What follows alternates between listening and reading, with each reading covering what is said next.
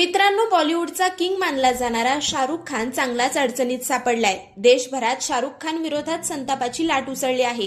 Social मीडियावर टीकेचा भडीमार सुरू आहे। याचं कारण म्हणजे शाहरुख खानने आपल्या कोलकाता नाईट रायडर्स म्हणजेच KKR या IPL टीमसाठी एका बांगलादेशी खेळाडूला विकत घेतलंय।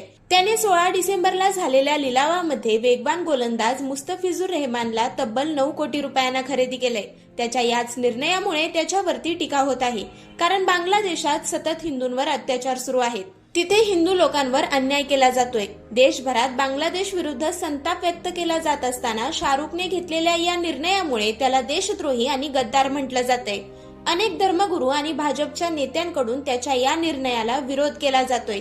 एवढंच नाही तर अखिल भारतीय हिंदू महासभा आग्रा जिल्हा अध्यक्षा मीरा राठोड यांनी जो कोणी शाहरुख खानची जीभ छाटेल त्याला 1 लाख रुपये बक्षीस देऊ असं आव्हान केलंय।